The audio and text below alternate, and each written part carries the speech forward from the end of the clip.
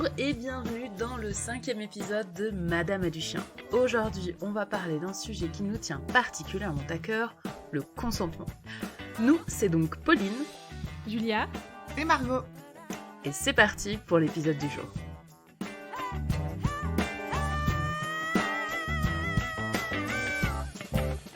Alors, comme à chaque début d'épisode, on va commencer par revenir sur notre questionnaire et on a sélectionné parmi toutes les affirmations qu'on vous avait proposé d'évaluer par rapport à vos ressentis, celles qui étaient en lien, de plus ou moins loin, avec la thématique du jour. Donc il y avait tout d'abord tous les chiens et toutes les chiennes aiment les caresses. Vous êtes 11 à avoir répondu OK. 468 à ne pas être d'accord avec cette affirmation et 21 d'entre vous ne savaient pas s'ils étaient ou si elles étaient d'accord ou pas avec cette affirmation. Est-ce que les filles, vous voulez réagir tout de suite à ces chiffres ou est-ce que on fait un point global sur toutes les affirmations et on les détaille après ? Alors, je pense que pour celle-là en particulier, Pauline peut prendre la parole parce que c'est un petit peu la raison pour laquelle... Le buzz. Ouais, la raison pour laquelle ce podcast est né. Tout à fait. Oui, tous les chiens aiment les caresses. En effet, c'est une question qu'on a absolument voulu poser puisque si vous avez écouté notre tout premier podcast, vous savez pourquoi on est là aujourd'hui. Tout est parti d'une vidéo que j'ai faite sur Internet où j'expliquais que les chiens n'aimaient pas forcément tout le temps les caresses et que les humains avaient un petit peu tendance à caresser les chiens même quand ceux-ci n'en avaient pas forcément envie et que ça pouvait avoir des conséquences assez dramatiques sur le chien, la relation, etc. Donc tous les chiens... Mais Pauline, c'est pas interdit de kiffer. Ah non, c'est pas interdit de se faire plaisir, même si ça fait pas plaisir à l'autre. On a des chiens pour bah les oui caresser alors, quand même, non ? bah alors c'est bien vrai quoi. Mais c'est clair que nous les humains, on est très primates en fait dans nos comportements, on aime bien toucher. Et les chiens pas vraiment en fait, c'est pas trop leur truc, c'est pas tellement leur délire. Donc moi je suis plutôt contente quand même de voir que les gens ont plutôt répondu que ils étaient pas ok avec le fait que tous les chiens aiment les caresses. Et on pourrait même rajouter les chiens aiment pas forcément les caresses tout le temps, de la même façon, par les mêmes personnes. Bref, il y a de la variété là-dedans, mais c'est un sujet sur lequel on va revenir, je pense, tout au long du podcast. Et on pourrait aussi poser la question, est-ce que tous les enfants aiment les câlins ? Voilà. Et c'est exactement la même chose, c'est pas tous les enfants, et ceux qui aiment les câlins, c'est pas tout le temps, et voilà, ça dépend de qui, dans quel contexte. Donc c'est une question comme ça qui est très simple, avec 6 mots, hein, je compte rapidement, mais en fait, qui pourrait être détaillée en 3 tomes de 500 pages. Oui, on va voir la notion du consentement, c'est quand même assez... ça recouvre finalement tous les pans de la vie, donc...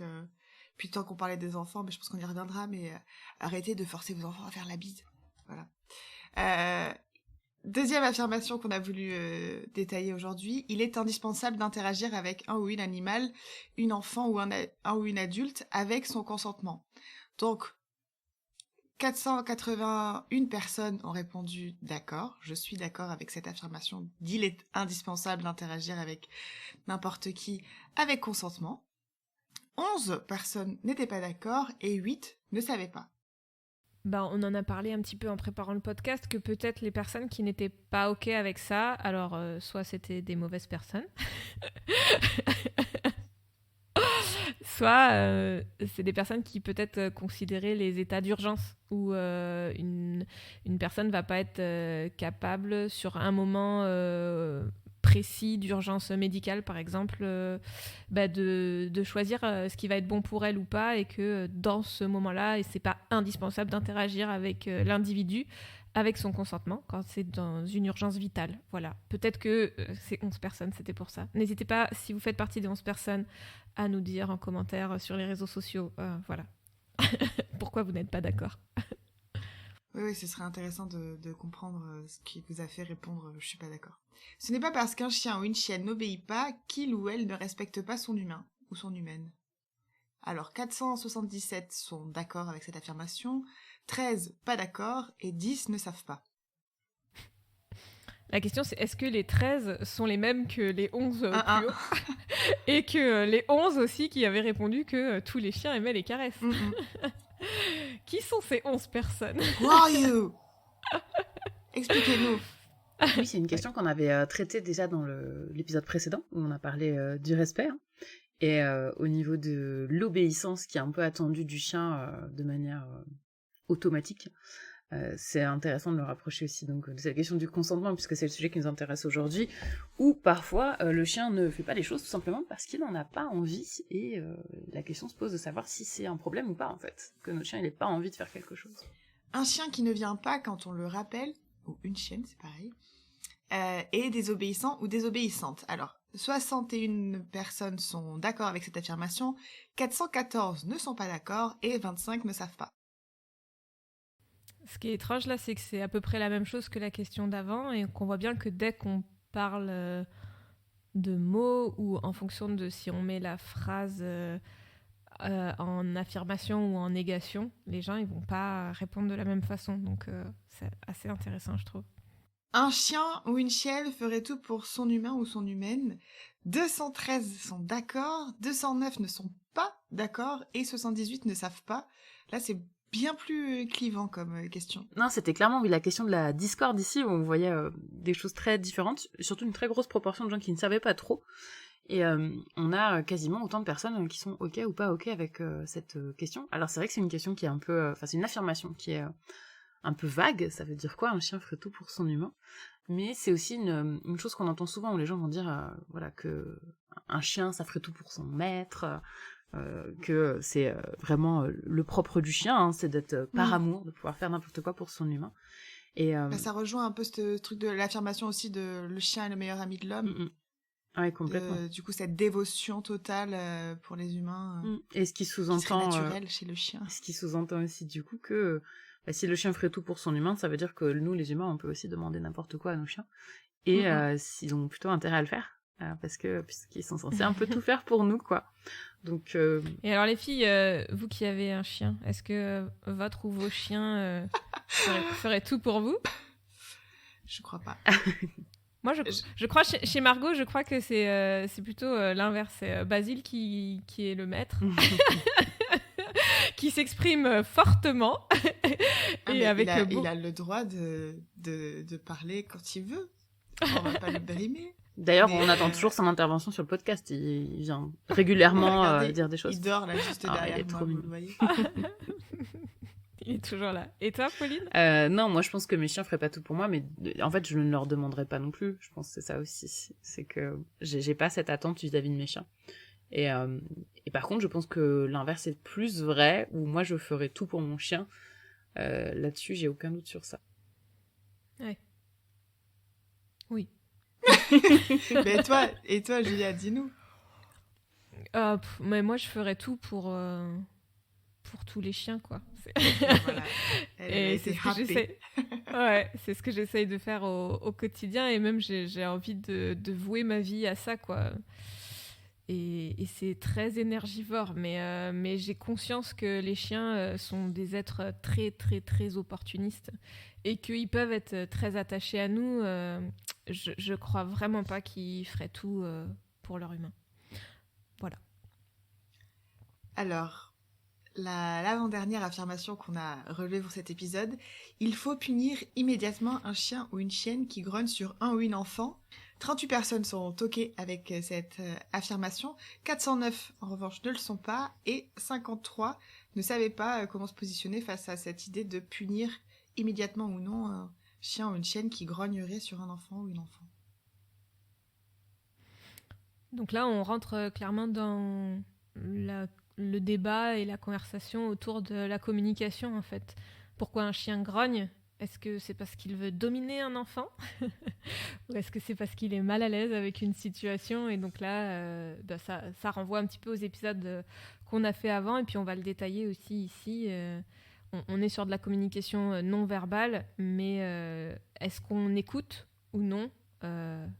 Et est-ce qu'on essaie de comprendre le pourquoi de ce grognement ? C'est quelque chose que je pense que les humains n'ont pas du tout appris à faire. Et je pense que après, il y a aussi tous ceux qui vont dire « Ouais, il ne faut pas punir immédiatement. Mais dans la situation, à l'instant T, qu'est-ce que tu fais ? Parce que tu te fais un petit peu submerger par tes émotions Et parfois, t'as pas toujours les bonnes réactions non plus, quoi. Oui, en fait, ça demande aussi ce qu'on sous-entend par punir, parce que si on le prend au terme vraiment de l'apprentissage, est-ce que le fait qu'on s'énerve, c'est une vraie punition pour le chien ou pas? Euh, et, euh, et surtout, la question aussi qui peut après arriver, c'est quand on punit trop souvent un chien qui s'exprime et qui, notamment, grogne, on risque d'obtenir un chien qui, à la fin, ne communique plus du tout et passe directement à l'étape d'après, qui est l'agression. Donc c'est aussi des paramètres à prendre en compte qui sont que si on a des réactions qui sont inadaptées, on risque de créer encore plus de tensions à l'avenir dans les relations entre le chien et l'enfant. Donc c'est vraiment autour de l'émotionnel, je pense, de la personne qui est témoin de la situation. Et je me permets du coup de glisser aussi que c'est très important de faire beaucoup de gestion entre les chiens et les enfants. Et que c'est aussi aux adultes de faire attention aux situations dans lesquelles on va mettre le chien et l'enfant, parce que c'est pas des animaux, mais les enfants sont pas tout à fait des animaux au même titre que les chiens, mais ce sont quand même deux êtres vivants qui vont pas forcément facilement cohabiter et qui demandent une certaine gestion de la part des adultes. Et là, c'est là où souvent il y a un petit souci. Donc, nous, à la maison, ça se passe super bien. Il n'y a pas de... Non, j'ai eu Gypsy, Lila, Milo, Rougaille. Donc, j'ai eu plein d'enfants en bas âge, animaux et humains en même temps. Et c'est sacrément compliqué à gérer, mais de toute façon, ça fait partie des statistiques que plus de 80% des morsures sont faites dans un cadre familial, entre des enfants et des chiens, sur des interactions non surveillées par des adultes, et sur des chiens avec aucun antécédent agressif ou réactif. Donc clairement, un gros attention sur les interactions enfant-chien. La dernière affirmation avant de passer aux définitions. Un chien ou une chienne agressif ou agressive nécessite une éducation plus rigide. 30 personnes sont OK avec cette affirmation, 440 pas du tout, et 30 ne savent pas. Ah, ça, c'est une question qui, moi, m'intéresse tout particulièrement, puisque c'est ma spécialité, le chien agressif et la rééducation en méthode positive. Donc, je suis quand même contente de voir que la majorité de nos répondants sont quand même d'accord avec le fait que c'est pas parce que le chien est agressif qu'il a besoin d'avoir un cadre qui va être plus ferme. Et clairement, un chien agressif, c'est souvent un chien qui exprime des choses et qui donc a besoin d'être entendu, d'être écouté. Et c'est là où, justement, encore une fois, le consentement va entrer en ligne de compte, parce que est-ce que le chien consent à la situation dans laquelle il est? Est-ce que l'agressivité n'est pas un moyen pour le chien, justement, de dire qu'il n'est pas d'accord? Et la réponse est très souvent oui. Et c'est pas forcément une question d'éducation ou de non-éducation, ou de forme d'éducation qu'on va choisir, mais c'est plus une question de comment j'écoute ce que mon chien est en train de dire, et comment je respecte ce que mon chien est en train de dire, et est-ce que mon chien ne l'aurait pas exprimé avant d'être agressif d'autres formes de communication pour expliquer qu'il n'était pas d'accord avec ce qui se passait. Et c'est là où souvent on peut avoir une véritable action, c'est de plus anticiper et d'être plus attentif à ce qui se passe en amont, plutôt que d'attendre que la situation dégénère. Et ça me fait aussi penser à... dans la classe de mes enfants, il y a des petits qui vont mordre, crier et taper. Et du coup, ils sont catalogués comme méchants. Voilà, dès 3 ans. Enfin, je trouve ça juste horrible. Et donc, mes enfants vont rentrer à la maison et vont me dire un tel est méchant, une telle est méchante. Elle a encore tapé, griffé, mordu. Et du coup, elle s'est fait punir, elle s'est fait mettre au coin. Et alors bon, le coin, je pense que je pourrais faire vraiment encore 20 podcasts là-dessus, parce que c'est vraiment la punition la plus inutile qui soit. Et je trouve que c'est aussi l'étiquette qu'on met sur le chien ou l'enfant va s'exprimer de telle façon. On va considérer que ce sont donc des individus qui sont agressifs parce qu'ils vont utiliser une communication, mais pour eux, ils n'ont pas conscience en fait que c'est de l'agressivité, et peut-être qu'ils ont aussi besoin qu'on les écoute et qu'ils essayent d'exprimer quelque chose et qu'ils n'ont pas les clés pour l'exprimer correctement, donc ça sort de cette façon-là. Peut-être que c'est des choses, alors pour les enfants qu'ils ont vues et qui reproduisent, ou alors peut-être que c'est la seule façon qu'ils ont aussi pour attirer l'attention, pas pour exprimer quelque chose, quoi. Et en fait, moi, c'est au niveau des enfants, C'est vraiment, j'ai l'impression que plus les enfants sont entre guillemets agressifs ou violents, et plus en fait ils sont en détresse. Et au contraire, ils auraient besoin d'une éducation plus douce, d'une attention plus enveloppante et d'un accompagnement plus intense de la part des adultes pour, en plus à 3 ans, quoi, pour vraiment leur expliquer la vie simplement et avec douceur. Et j'ai l'impression que tu peux pas... C'est comme quand il y a un adulte qui va hurler sur un enfant qui hurle pour lui dire « Il faut pas hurler !» Et en gros, tu fais ce que l'enfant n'a pas le droit de faire pour lui dire qu'il n'a pas le droit de le faire. Donc, dans la pédagogie et l'apprentissage, enfin voilà. Et donc, quand un chien est agressif, par exemple, lui foutre une grosse branlée, c'est mettre de l'agressivité sur de l'agressivité et c'est anti-pédagogique.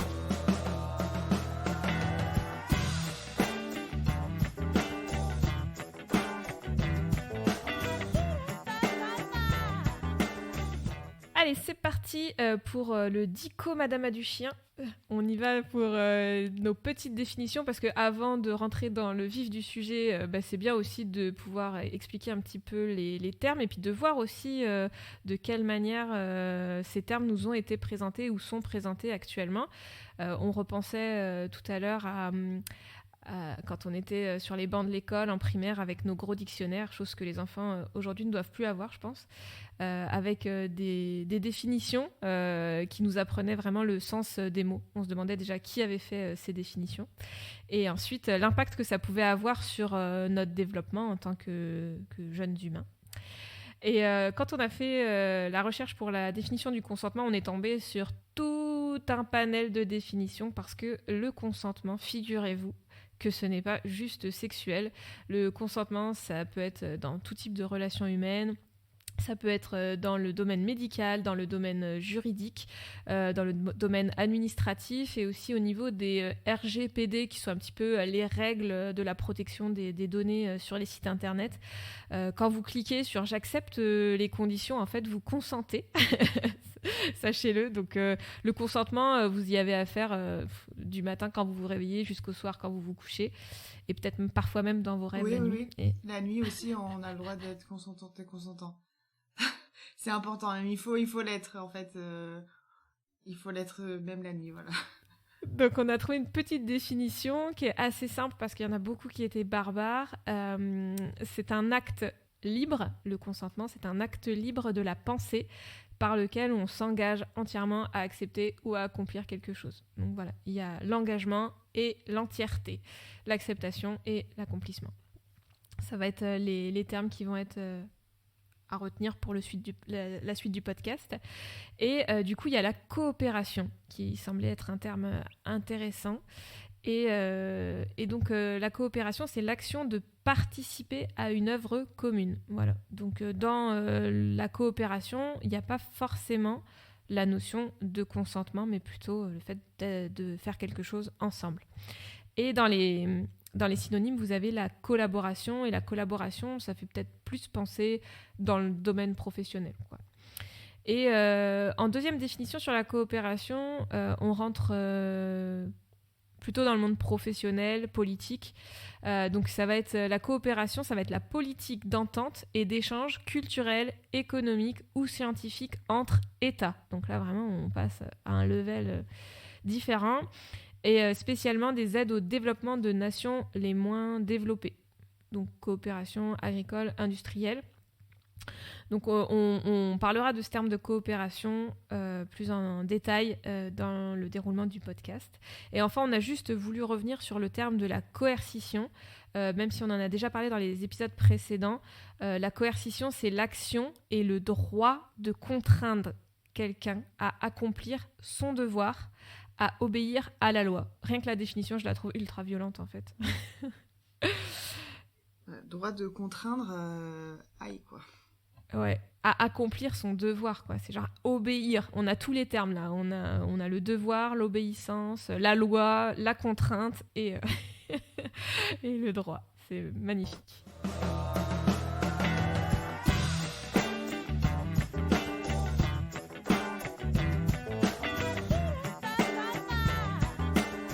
On va donc maintenant attaquer avec le cœur du sujet du jour, le consentement, et on va aller voir en détail ce qui se cache derrière ce mot et tout ce que ça peut impliquer.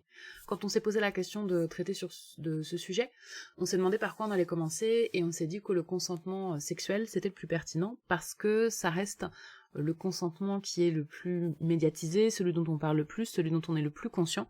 D'ailleurs, parfois quand on parle de consentement pour d'autres sujets, moi ça m'est arrivé, on va me dire mais c'est pas sexuel comme situation, pourquoi les chiens ils donneraient leur consentement? Donc le consentement n'est pas que sexuel, et on le verra tout au long de l'épisode, mais on va commencer par parler de ça, et ce que j'ai fait c'est que j'ai cherché quand même la définition plus précise du consentement sexuel, donc comme l'a dit Julia, la définition varie en fonction du contexte, et dans le cas du consentement sexuel, quand on va taper ça dans Google, ce qui est intéressant c'est qu'on tombe directement sur un site de loi, donc un site canadien, qui va nous dire que chacun des partenaires doit consentir à une activité sexuelle, c'est-à-dire que chacun accepte que l'activité ait lieu, que ce soit une relation sexuelle, un baiser ou tout autre geste de nature sexuelle. Le consentement des partenaires doit être clair, libre et éclairé. Le deuxième site qui ressort sur la recherche, c'est le site du CRIPS, le Centre Régional d'Information et de Prévention du SIDA pour la Santé des Jeunes, donc le CRIPS de l'Île-de-France, qui vient expliquer ce qu'est le consentement. Et ce que je trouve assez intéressant quand on regarde ça, c'est que les deux premières recherches, c'est quand même d'abord un site qui parle de la loi, et le deuxième, c'est un site qui parle de la prévention des maladies. Et c'est deux sujets qui sont super importants. Mais on voit du coup que le consentement, il est vu à l'aune de qu'est-ce que j'ai le droit de faire d'un point de vue légal, et il est mené par des centres qui sont déjà en fait très au courant et très sur le sujet, et c'est super important qu'ils fassent cette prévention et cette explication. Mais malgré tout, le consentement sexuel, c'est aussi de la relation entre les humains, et c'est pas forcément quelque chose qui est encore aujourd'hui très courant. Donc comme c'est un sujet que Margot connaît particulièrement bien, on a demandé à Margot de nous donner plus d'informations là-dessus. Alors, je sais pas si je connais particulièrement bien, et je sais pas si je connais non plus beaucoup mieux que vous, mais je pense qu'on va surtout en discuter. Moi, j'ai 2-3 éléments à apporter à ce podcast, et je suis sûre que vous saurez rebondir, parce que vous le faites très bien d'habitude. Il y a une autrice chercheuse qui est sociologue qui s'appelle Aurore Coquelin ou Quéclin, je sais pas exactement comment on prononce son nom, qui a sorti un livre il y a quelques années maintenant, je pense que c'est en 2018 ou 19, je sais plus exactement, parce que j'ai pas bien travaillé. Mais c'est un livre qui m'avait frappée, ça s'appelle La Révolution féministe, et elle détaillait les différentes vagues féministes, parce que quand on parle un peu de l'histoire des féminismes à l'échelle mondiale et à l'échelle nationale, on évoque cette métaphore de la vague pour les idées qui arrivent et qui se répandent un peu sur un territoire. Et Aurore Quéclin disait dans la période dans laquelle on est aujourd'hui correspondrait à la 4e vague féministe. Et ce qui caractérise cette 4e vague, c'est l'utilisation massive d'Internet et des réseaux sociaux. Donc cette 4e vague, elle débute dans les années 2010 en Amérique latine, Amérique du Sud, avec une lutte appuyée contre les violences sexistes et sexuelles. Et donc cette notion du consentement, bien que ça fasse des années que ça soit au cœur des préoccupations féministes, on avait notamment ce slogan à l'époque du MLF dans les années 70, « Mon corps, mon choix », auquel on a rajouté « Et ferme ta gueule » désormais. Et ben cette notion du consentement, du coup, elle est au cœur aujourd'hui de nos luttes féministes. Et on voit justement fleurir des slogans du type céder n'est pas consentir, qui a été beaucoup diffusé sur les réseaux sociaux via les différents collectifs Nous Toutes qui ont émergé en France sur le début des années 2020, fin des années 2010. Et puis il y a parmi ces slogans des choses que nous on s'est appropriées ici localement dans nos luttes. Alors je pense, j'ai pas la prétention de dire qu'on l'a inventé, bien au contraire, je pense que ça a été fait depuis longtemps, mais on a eu une petite fulgurance en préparation de manif un jour il y a 2 ans, je pense que c'était avec cette expression française qui dit qui ne dit mot consent, et on s'est dit mais mon Dieu, qu'est-ce que c'était grave de grandir, d'être éduqué avec des slogans de ce type, enfin des expressions de ce type. Et donc, qui ne dit mot consent, on l'a transformé en qui ne dit mot ne consent pas. Et on s'est dit que c'était important de prendre l'espace public en revendiquant et en montrant à tous que non, en fait, il faudrait arrêter d'employer à tire-larigot cette expression surannée qui est grave en fait et qui induit la négation du consentement finalement euh, et amener peut-être un peu à réfléchir euh, à ces questions de manière plus plus globale, quoi, que tout le monde puisse s'en saisir. Si nous, on arrive dans la rue et qu'on dit qui ne dit mot ne consent pas, ça permet à des gens qui même ne manifestent pas, peuvent croiser ces slogans ou les voir après sur les réseaux, etc. etc. Donc voilà, je voulais pas du tout dire que c'était nous qui avions inventé ce détournement d'expression française, mais ça en fait partie. Comme qui aime bien châtie bien. Non. Qui aime bien ne châtie pas, en fait. Voilà. Reste tranquille. Voilà, c'était un peu ça que je voulais amener pour cette partie un peu introductive au consentement et à comment aussi dans nos quotidiens on est amené à réfléchir à cette notion de consentement, que ce soit dans nos luttes féministes en lien avec les questions de sexualité, mais après, comme on l'a déjà dit, et je pense qu'il va falloir qu'on le répète tout au long de ce podcast, dans tous les contextes différents de nos quotidiens, quoi. Du coup, en préparant ce podcast, j'ai voulu essayer de comprendre un petit peu comment ça se passait au niveau de la loi, parce qu'on entend beaucoup parler des nombreux viols qui sont pas condamnés par la loi. Et j'ai écouté le podcast de Victoire Tuaillon où elle invite le magistrat François Lavallière dans le 2e épisode du cycle Nous faire justice. Et donc ce que j'ai découvert et ce qui est super important, c'est que en France, la notion de consentement, il y a une présomption de consentement, on appelle ça a priori, et que ça veut dire que si clairement la victime n'a pas dit qu'elle n'était pas d'accord, le fait qu'elle n'ait rien dit, et donc par rapport à ce que tu dis Margot, et cette expression qui ne dit mot consent, que vous avez transformée, en fait, si la victime ne peut pas prouver qu'elle a clairement et concrètement exprimé le fait qu'elle n'était pas consentante et qu'elle ne voulait pas d'acte sexuel, eh bien, on ne peut pas condamner en fait l'agresseur dans ce cas-là. Et au niveau de la loi espagnole, en fait, ils ont modifié ça il y a quelques temps et ils partent du principe que si la victime n'a pas exprimé clairement et explicitement le fait qu'elle était d'accord, eh bien on part du principe que la personne qui est accusée est coupable. Voilà. Donc ça veut dire que dans un premier temps, ou du moins en France, on considère que l'expression qui ne dit mot consent, ça correspond à ce qui se passe dans la loi. En revanche, en Espagne, on est vraiment sur la deuxième expression qui ne dit mot ne consent pas. Et où on va vraiment être plus du côté des victimes. Du coup, en France, la loi n'est pas du tout en faveur des victimes et ne défend pas les victimes des violences sexuelles. Ouais, je vais juste citer ce chiffre pour revenir sur combien de viols condamnés et si peu de condamnations finalement. Seulement 0,6% des viols ou tentatives de viol auraient donné lieu à une condamnation en 2020. Ça, c'est les derniers chiffres qui sont sortis. Je crois que vous pouvez les retrouver sur le site de Nous Toutes, notamment, puis vous pouvez le retrouver partout. Et encore une fois, le rapport du Haut Conseil à l'égalité peut vous donner pas mal de ressources sur ces questions-là aussi. Et pour revenir à la position de victime, et notamment de victime en France, combien de fois aussi on entend oui, mais elle avait bien cherché, comment elle était habillée, ce genre de classique. Ou encore, pour préparer l'épisode, je suis allée faire quelques recherches, et notamment dans des revues un peu universitaires. Et il y a dans la revue Raison politique numéro 46, qui est consacré à l'enjeu du consentement, justement. On parle de la naissance de ce numéro, de pourquoi il a été et pourquoi et comment il a été pensé.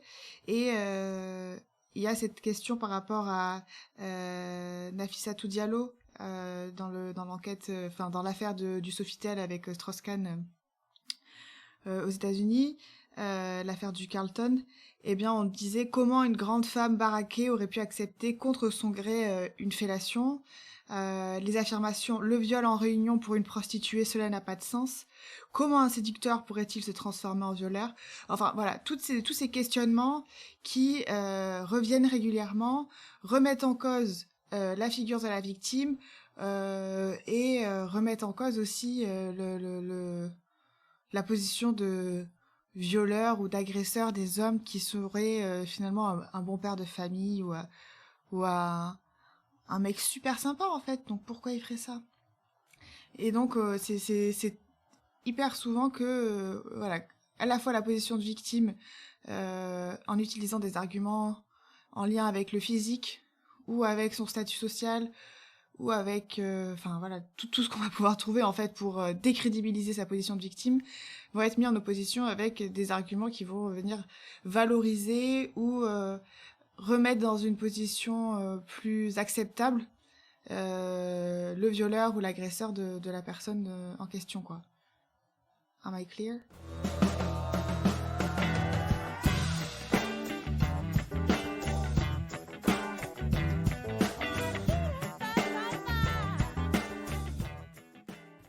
Nous souhaitions aborder aussi l'éveil à l'intimité. Personnellement, j'ai eu une éducation à l'intimité, à la sexualité très particulière, avec un accès à des BD, notamment Riser, pour ceux qui le connaissent, des BD, je ne sais pas si on dit pornographiques, je ne saurais pas trop quoi dire. Mais du coup, ouais, voilà, donc très particulier comme éveil à la sexualité et à l'intimité. Et donc aujourd'hui, en étant maman de 2 jeunes enfants de 4 et 6 ans, qui sont donc un garçon et une fille, je suis face en fait à la découverte de leur intimité. Et je suis un peu perdue au niveau de l'accompagnement autour de leur intimité. Je me suis donc procuré un livre qui s'appelle « Corps, amour, sexualité, les 100 questions que vos enfants vont vous poser ».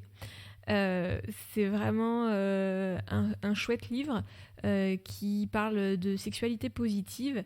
Ce qui est assez rigolo, c'est de voir à quel point ça peut paniquer les gens qu'on parle de sexualité et d'intimité à des enfants aussi jeunes. Cependant, ils s'intéressent très vite à leur corps, à leurs organes sexuels, aux sensations qui ressortent. Et moi, je suis un peu perdue quant aux questions que ma fille de 6 ans me pose en ce moment sur la sexualité, l'intimité. Et je me vois pas lui dire juste non, ça, c'est pas de ton âge ou ça te regarde pas. Je me dis que si elle se pose des questions, c'est qu'elle a besoin d'avoir des réponses. Et je pense que le rôle de l'adulte, en fait, c'est de pouvoir répondre de façon la plus appropriée aux questions des enfants, pour pas qu'ils aillent chercher les infos ailleurs et pour pas non plus qu'ils reçoivent des infos dangereuses entre guillemets pour eux. Et donc du coup, voilà, moi je me retrouve à accompagner mes enfants dans la découverte de leur sexualité, de leur intimité, dans leur relation avec leur propre corps. Et voilà, ils ont beaucoup de questions parce qu'ils voient bien que le corps des adultes sont différents des corps des enfants. Ils se demandent à quoi va ressembler leur corps, quand est-ce qu'il va changer.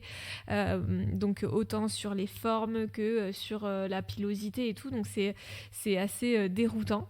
Et Et du coup, c'est vrai qu'en parlant avec des mamans qui ont des enfants un peu plus âgés, de se rendre compte que au collège, quasiment tous les enfants ont des téléphones portables et que pendant les récréations, en fait, ils vont chercher des réponses à leurs questions sur des sites pornographiques et que on sait très bien qu'aujourd'hui, la pornographie, c'est vraiment pas du tout un reflet de ce qu'est ou de ce que devrait être la sexualité, et c'est quand même assez misogyne et phallocrate, et avec les femmes qui sont complètement réifiées et dominées. Et en plus, on peut trouver aussi dans les sections, on peut trouver des viols pour tous ceux que ça fait fantasmer le viol, et des sections incestueuses, et des sections plutôt pédocriminels, parce qu'il y aura aussi des jeunes filles mineures, enfin voilà, bref. Donc ces sites-là sont carrément hyper malsains, et de se dire que le fait que l'éducation sexuelle soit pas faite comme elle devrait être faite, de manière encadrée et sécurisée, les enfants ils vont chercher l'information ailleurs. Je trouve ça plutôt paniquant, finalement. Mais c'est aussi, pardon, mais sur cette question de porno mainstream fait par des hommes cis-het blancs, puis avec a priori un peu de réseau, donc une situation sociale confortable, c'est que ça met au centre des rapports sexuels en fait une violence, et qui est légitimée en fait. Le porno mainstream aujourd'hui, c'est vraiment, ça fait flipper quoi. Donc les gamins et les gamines, quand elles sont confrontés à de la pornographie dès leur plus jeune âge, et du porno mainstream, c'est des relations sexuelles archi violentes en fait, archi stéréotypées et graves quoi.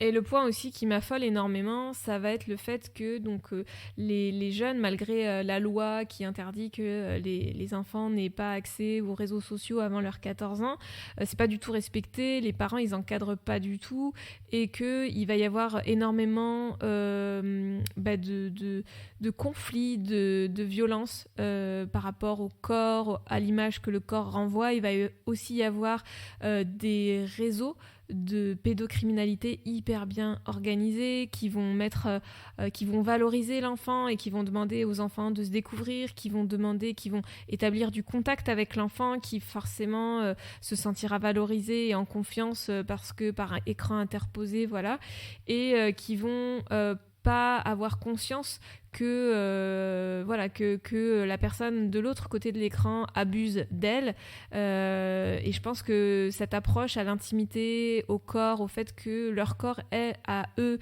leur appartient, et que personne n'a le droit de les toucher, ça fait aussi un petit peu rappeler, vous savez, ce tonton ou ce papy qui va toujours avoir les mains baladeuses et qui va aimer guiliter l'enfant, et je pense que les enfants ils ont toujours cette communication non verbale jusqu'au moment où ils appellent un petit peu au secours par les yeux d'un adulte qui pourrait arrêter ce contact, mais je pense que tout ça c'est important, que les enfants ils prennent conscience que leur corps leur appartient, et si les adultes prennent pas le temps de leur expliquer comment fonctionne leur corps, pourquoi leur corps leur appartient, qu'ils ont le droit de découvrir leur corps, et qu'ils ont le droit aussi d'avoir plein de questions et de trouver des réponses, et il vaut mieux que les réponses elles soient safe et faites par des adultes qui vont avoir un minimum de pédagogie, et après faire attention à tout ce réseau pédocriminel et à tout ce que les réseaux sociaux peuvent apporter de mauvais aux enfants.